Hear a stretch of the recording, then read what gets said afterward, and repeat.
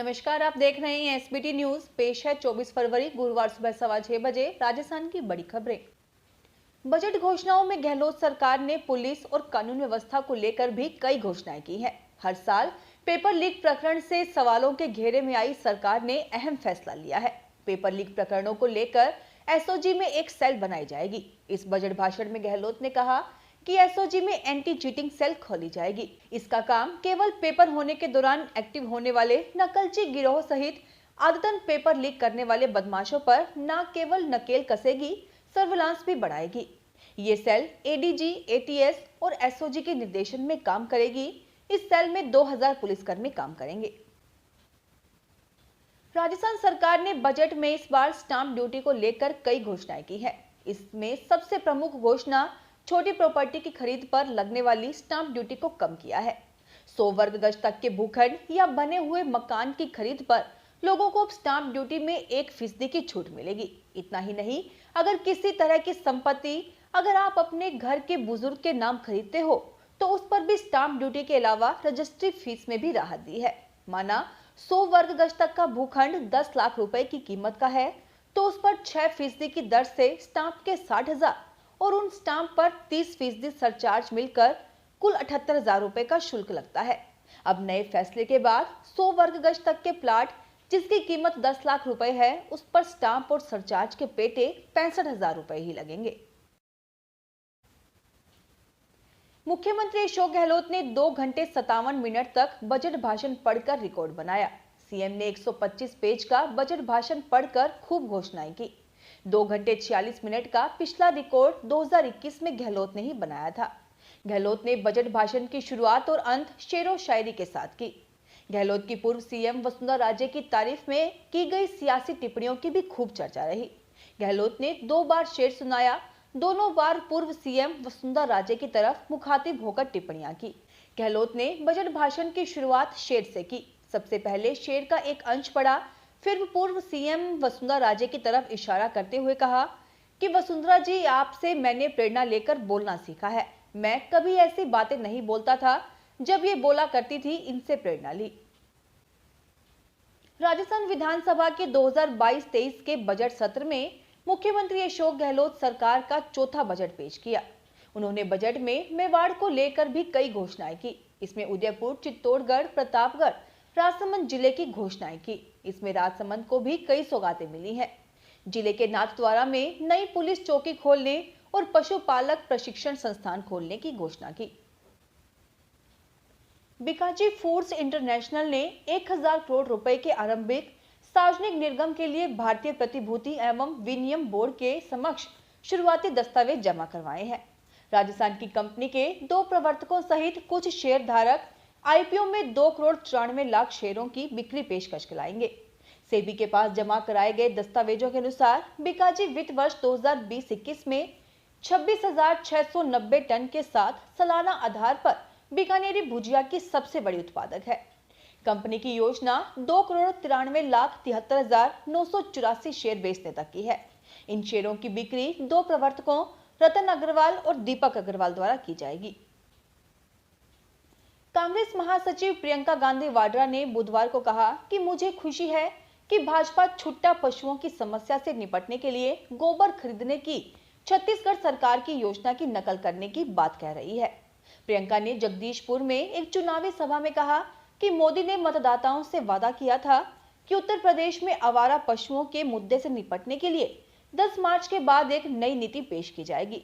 उन्होंने कहा, मुझे खुशी है कि उन्होंने कांग्रेस के सुझाव की नकल की। कांग्रेस के नेतृत्व वाली छत्तीसगढ़ सरकार ने दिखाया है कि इस मुद्दे को कैसे हल किया जाए।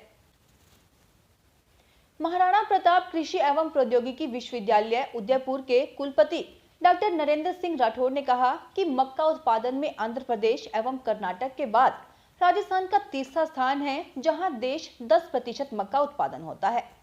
डॉक्टर राठौर यहां भारतीय कृषि अनुसंधान परिषद नई दिल्ली, अखिल भारतीय मक्का अनुसंधान परियोजना लुधियाना, अंतर्राष्ट्रीय मक्का एवं गेहूं अनुसंधान केंद्र, मेज technologist association of India MTAI के संयुक्त तत्वाधान में राष्ट्रीय कॉन्फ्रेंस का शुभारंभ समारोह को संबोधित कर रहे थे।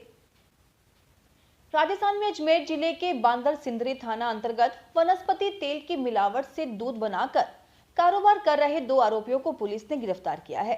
थाना प्रभारी प्रभाती लाल ने बताया कि सफेद जहर के कारोबार में लिप्त आरोपियों के खिलाफ चिकित्सा एवं स्वास्थ्य विभाग की टीम के सहयोग से इन मिलावटखोरों को पकड़ा गया, जिसके पास से 2400 किलो मिलावटी दूध बरामद किया गया।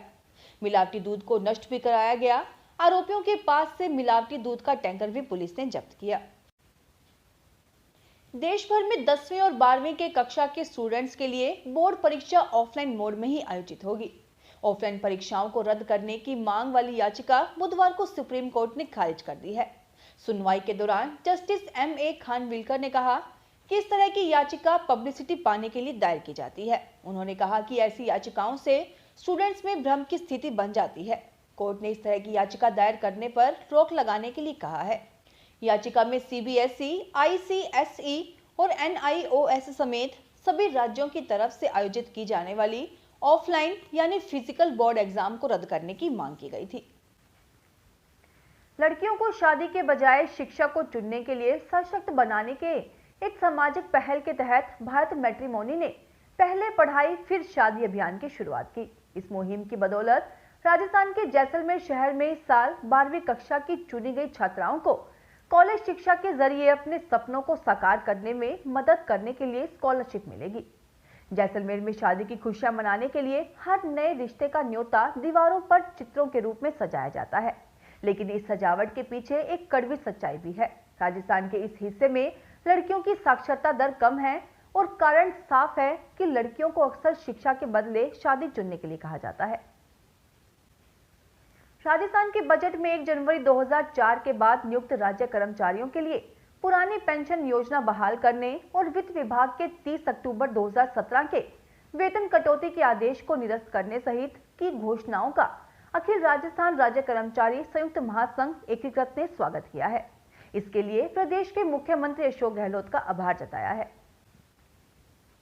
धौलपुर जिले के गर्ल्स कॉलेज और स्कूलों में अतिरिक्त महानिदेशक पुलिस के निर्देश पर आत्मरक्षा के गुर सिखाने के लिए शिविर लगाए जा रहे हैं। शिविरों में महिला कांस्टेबल की ओर से छात्राओं को कराटे सिखाए जा रहे हैं। SP शिवराज मीणा की ओर से गठित की गई टीम के incharge head constable Latesh Chaudhary ने बताया कि उनकी टीम में 5 महिला कांस्टेबलों को शामिल किया गया है जो ताइक्वांडो की एक्सपर्ट हैं। जोधपुर में नई कार खरीदने के 7 दिन के भीतर उसका पार्ट खराब होने पर कंपनी ने उपभोक्ता से उसके रिप्लेसमेंट की राशि वसूल ली। इस पर जिला उपभोक्ता विवाद प्रतितोष आयोग ने कार कंपनी को दोषी माना है। आयोग ने कार कंपनी व उसकी डीलर पर वसूली गई राशि के अलावा 10,000 रुपए का जुर्माना लगाया है। जोधपुर के BJS निवासी शेर सिंह ने आयोग के समक्ष नवंबर 2017 में एक वाद पेश किया था। मुख्यमंत्री अशोक गहलोत ने बुधवार को विधानसभा में बजट पेश किया। मुख्यमंत्री अशोक गहलोत ने बजट में 12 के लिए भी कई घोषणाएं की हैं। उन्होंने अंता में उप जिला अस्पताल खोलने की घोषणा की और स्थानीय लोगों की उम्मीदों को पूरा करने की कोशिश की। इसके अलावा कोयला में CHC के साथ ही चिकित्सा सुविधाओं के विस्तार की घोषणा की। अटरू में गर्ल्स कॉलेज, बडोरा को उप तहसील बनाने, छबड़ा थर्मल प्लांट विस्तार के साथ ही पाली में पुलिस थाना खोलने की घोषणा की है। मुख्यमंत्री अशोक गहलोत ने बजट में बूंदी जिले को भी कई सौगातें दी है। बजट में बूंदी में नर्सिंग कॉलेज बनाने, हिंडोली क्षेत्र में मिनी सचिवालय बनाने, रामेश्वर महादेव में रोपवे के लिए DPR बनाने की घोषणा की गई है। इसी तरह कानून व्यवस्था को मजबूत करने के लिए जिले में रायथल चौकी को रायथल थाना बनाने की घोषणा की है। साथ ही बूंदी के गोटड़ा में पुलिस चौकी स्थापित करने की घोषणा की है। फिलहाल इस बुलेटिन में इतना ही, फिर हाजिर होंगे और बड़ी खबरों के साथ। SBT न्यूज के वीडियो देखने के लिए हमारे चैनल को सब्सक्राइब करें और नोटिफिकेशन पाने के लिए बेल आइकन को प्रेस करें।